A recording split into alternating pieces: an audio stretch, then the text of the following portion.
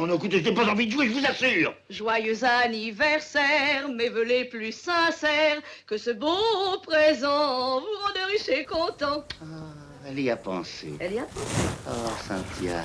Chapeau Jindou. Ça dure depuis 35 ans, entre fraîcheur rock et passion cinématographique. Un besoin de partage, d'échange. Bienvenue au Festival de Jindou Cinéma. Cela tombe bien, piochons dans notre cinémathèque pour un autre anniversaire. Souffler d'autres bougies, il y a 50 ans. Nous sommes en août 1969. Combien sont-ils? 200 000, 500 000, 1 million? Peu importe. C'est le pic du festival de Woodstock, quand le cinéma filme la légende.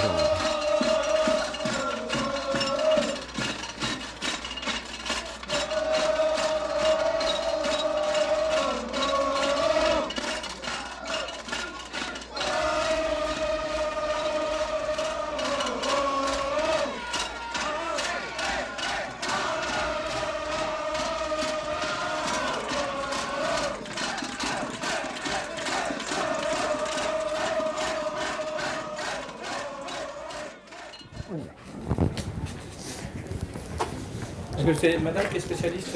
Non, Madame n'est pas spécialiste cinéma? madame, elle représente le ministère de la Ville. Je travaille actuellement au Musée national de l'histoire de l'immigration, où je m'occupe de toutes les ressources. Je suis directeur des ressources. C'est une activité importante, puisque c'est tout ce qui accompagne les expositions en termes de programmation culturelle et artistique, et pour que, à côté de l'exposition, on puisse proposer un certain nombre d'activités culturelles, artistiques auprès des publics.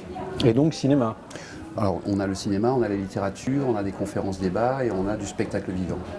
C'est-à-dire combien de spectacles par an, la programmation c'est... On a une activité mensuelle, à savoir que chaque mois, on a une activité ciné. On propose une programmation chaque mois en matière d'une conférence débat, un atelier littéraire ou la rencontre d'un écrivain, et puis une séance de cinéma par mois. Oui. Et alors pourquoi vous êtes à Jindou? Alors on est à Jindou parce que naturellement, étant donné les valeurs qu'incarne le festival de Jindou, on s'est très rapidement retrouvé effectivement sur la nécessité en tout cas de donner à voir des films qui rendent compte de la réalité de l'immigration par exemple, ou de l'engagement d'un certain nombre d'acteurs autour des questions d'immigration. Et donc on peut voir combien de films à Jindou dans votre sphère? Alors là, on a cette année, dans le cadre du partenariat qu'on a avec Jindou pour le 35e festival, on a 2 séquences qui s'appellent Éclat de militants. L'une qui était programmée hier et l'une ce soir à 19h, où on présente des films en lien avec l'histoire de l'immigration, donc des films assez vieux, mais qui rendent compte d'une parole un peu des premiers concernés sur les questions de racisme, de discrimination, les questions, le lien entre l'Afrique et l'Europe, les questions de décolonisation, enfin autour des luttes, de l'émancipation et des questions d'égalité. Est-ce que ça veut dire aussi qu'il y a des débats qui s'ensuit où les gens vont au cinéma comme ça, puis après ressortent? Comment ça se passe? On n'est pas évidemment une salle de cinéma, donc on n'a pas vocation à reproduire ce qui peut être fait ailleurs. Donc l'enjeu du musée, c'est de mettre en débat un certain nombre de films, et c'est de permettre au public en tout cas de se forger une opinion un peu plus éclairée sur un certain nombre de sujets liés à l'immigration, liés aux questions d'identité, qui sont quand même des questions aujourd'hui très crispées, très tendues, et sur lesquelles il est difficile d'avoir une information un peu distanciée, qui permet de se mettre au clair à peu près avec ces sujets. Il y a une telle médiatisation et politisation de la question de l'immigration que c'est important pour un musée de refroidir le sujet et de proposer à un public, en tout cas, des points de vue, des éclairages sur ces questions-là, qui soient scientifiques, culturelles, artistiques, et qui permettent à chacun de se forger une opinion à peu près éclairée. Alors, c'est vrai qu'on constate aujourd'hui un déglissement sémantique, c'est-à-dire qu'on parlait d'immigrés, d'immigration, aujourd'hui on parle de migrants, et donc on voit bien que derrière ce terme qui est assez abstrait, finalement, qui est un espèce de mot valise sur lequel chacun met une définition qui n'est pas forcément celle de l'immigration, c'est pas seulement d'ailleurs celles et ceux qui viennent d'ailleurs, c'est aussi en bas de chez vous, celles et ceux qui se sont installés, les générations héritières de l'immigration. Donc c'est un terme générique qui peut recouvrir énormément de réalités, qui est un terme protéiforme et polysémique en fait. Donc il y a nécessité derrière ce mot immigration justement d'amener des outils, du savoir, de la connaissance pour savoir de quoi on parle quand on parle d'immigration. Et donc je reviens sur l'immigration, sur la programmation des films à Jindou, ils ont été choisis comment, dans quel cadre? Alors, on a cette compétence-là au Musée de l'Immigration, effectivement, d'avoir une personne qui vient de la Cinémathèque de Toulouse, donc il y a une approche assez professionnelle autour de ces questions-là et qui connaît le monde professionnel qui est mobilisé dans le champ du cinéma autour des questions migratoires et qui nous permet effectivement de nourrir des programmations, soit en lien avec un festival, soit en lien avec une exposition temporaire du musée. Donc les choix qui ont été faits ici, effectivement, correspondent aussi à ce que porte et ce qu'incarne Jindou en termes de valeurs, dès lors que Jindou nous ouvre ses portes pour qu'on parle et qu'on traite de la question de l'immigration ici. Mais c'est évident qu'ici, on va parler des militants qui s'engagent, on va raconter l'histoire par le bas de l'immigration, on ne va pas raconter l'histoire institutionnelle ou l'histoire politique, mais celle qui s'écrit par le bas et par les acteurs de terrain, quoi. Donc parler avec les tripes.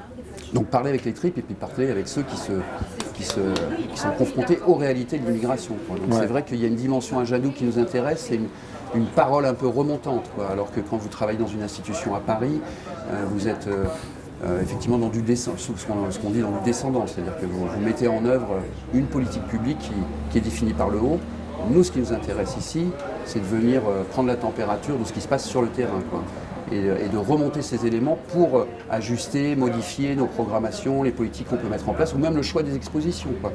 Mais il y a nécessité en fait de sortir de ce palais et d'aller à la rencontre des acteurs, tout simplement. Quand vous parlez ou quand vous êtes dans un musée d'histoire de l'immigration, si vous n'allez pas à la rencontre des principaux concernés, vous pouvez très vite sortir du champ et être un acteur un peu superficiel autour de ces questions-là. Et est-ce que vous avez pensé à faire, vous parliez tout à l'heure d'exposition, d'avoir une exposition à Jindou, mettons l'année prochaine ou dans 2 ans, photographique ou autre, je veux dire, sur cette problématique et sur la problématique aussi de l'immigration en ruralité. D'un point de vue technique, on pourrait le faire dès aujourd'hui. C'est vrai que là, la rencontre avec Jindou s'est faite cette année autour de cette carte blanche qui nous a été proposée dans le cadre du festival. Mais on a par exemple une activité hors les murs très importante, c'est-à-dire chaque exposition qui passe au musée devient une exposition itinérante qui peut aller sur les territoires, dans des associations, auprès des collectivités, auprès des écoles, et qui peut nourrir du débat là où ça se passe, quoi. De toute manière, avec Jindou, on a une collaboration très ancienne qui n'est pas seulement liée à l'activité du musée, puisqu'auparavant, moi, je travaillais au FAS et au FACIL sur les politiques d'intégration, et on était déjà en partenariat avec Jindou, qui s'est toujours intéressé à la question de ces minorités en France, ces questions de vivre ensemble. Et c'est vrai que c'est intéressant de venir en discuter ici, en milieu rural, là où effectivement la question de l'immigration nous amène essentiellement vers la banlieue. Et donc la confrontation entre une parole qui vient du milieu rural sur les questions d'immigration et celle qui vient de la banlieue est pour nous extrêmement riche d'enseignements et nous permet aussi d'enrichir après les propositions qu'on peut faire au Musée national de l'histoire de l'immigration. Pour moi, qu'est-ce que c'est le cinéma? Le cinéma, c'est voir et entendre. Voilà, je le résumerai à travers ces 2 mots. Et cette nécessité, effectivement, par le biais artistique, de donner à voir et de donner à entendre des réalités qu'on ne voit pas dans la vie de tous les jours. C'est-à-dire que le prisme culturel et le prisme de l'artiste nous permettent effectivement de donner à voir des réalités autour de ces questions sociales et ces questions de société qu'on ne voit pas forcément dans la vie de tous les jours, quoi. Voilà. Le cinéma, c'est s'arrêter sur une image, discuter. Voilà, c'est de l'arrêt sur image. Quelque part, il y a une notion d'arrêt sur image. On s'arrête avec le cinéma sur une question et on prend le temps de se poser les bonnes questions, quoi. Ça devient intemporel. Ça devient temporel, ça devient universel très rapidement. C'est quelque chose qui nous concerne tous, quelle que soit sa condition, sa classe sociale et son origine.